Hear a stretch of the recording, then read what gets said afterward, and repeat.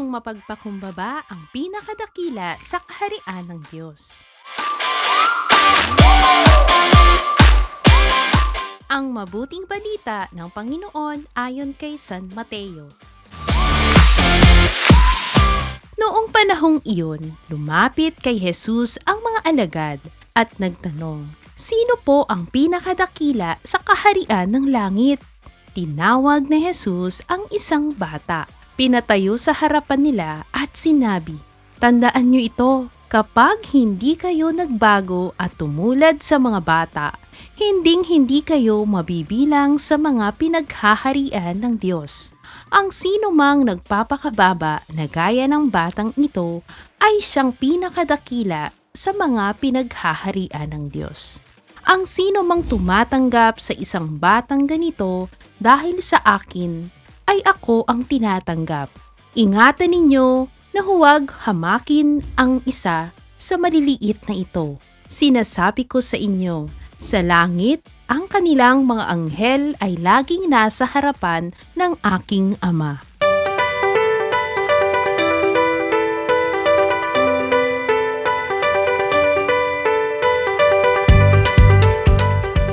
Happy Fiesta mga bata!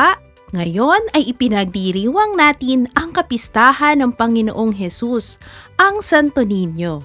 Ito ay debusyong napakalapit sa puso nating mga Pilipino dahil ito ay bahagi ng ating kasaysayan. Sa katunayan, ito ang unang imaheng ating tinanggap sa mga misyonero noong sila ay unang dumaong sa isla ng Pilipinas. Mga bata, tuwing ipinagdiriwang natin ang kapistahang ito, naaalala natin si Kuya Jesus, ang hari ng mundo at anak ng Diyos. Ay piniling maging isang maliit na sanggol. Bakit kaya? Para ipakita niya na mahal niya tayo kahit tayo ay mahina. Para turuan tayo na ang kababaang loob ay mahalaga. At para iparamdam na lumapit siya sa bawat isa maging sa mga bata at naiintindihan niya tayo. Isipin natin ang Diyos na makapangyarihan sa lahat ay naging isang bata na natuturing gumapang, ngumiti, umiyak, matulog sa simpleng sabsaban. Hindi siya pumili ng marangyang higaan dahil ang puso niya ay para sa mahihirap, sa nasasaktan, at sa mga simpleng tao para sa atin. Hindi siya pinanganak sa palasyo, hindi siya dumating bilang hari, kundi isang sanggol na mahina at simple. Sa Ebanghelyong nagtanong ang mga alagad, sino ang pinakadakila sa kaharian ng langit? Bilang sagot ni Kuya Jesus, tinawag niya ang isang bata at sinabi, "Tandaan ninyo ito.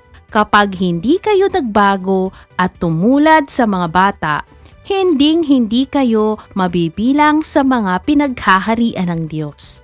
Ibig sabihin, mahalaga kay Kuya Jesus ang puso ng bata, mapagpakumbaba, masunurin at nagtitiwala.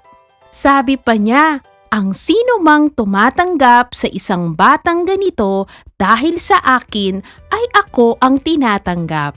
Kaya tuwing tinitignan natin ang Santo Niño, naaalala natin na si Kuya Jesus mismo ay naging bata at ang mga bata ay mahal na mahal niya. Kaya't binalaan ni Kuya Jesus ang mga tao, "Huwag ninyong hamakin ang isa sa maliliit na ito, sapagkat ang kanilang mga anghel ay laging nasa harapan ng aking Ama sa langit." Ibig sabihin, mahalaga ang bawat bata. Pinoprotektahan sila ng Diyos. Hindi dapat na pinagwawalang bahala o minamaliit ang mga bata.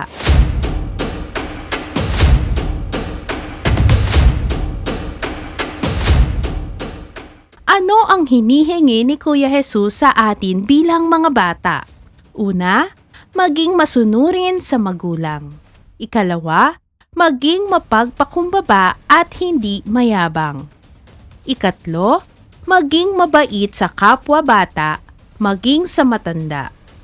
Ikaapat, magtiwala kay Kuya Jesus araw-araw at laging maglaan ng oras para magdasal.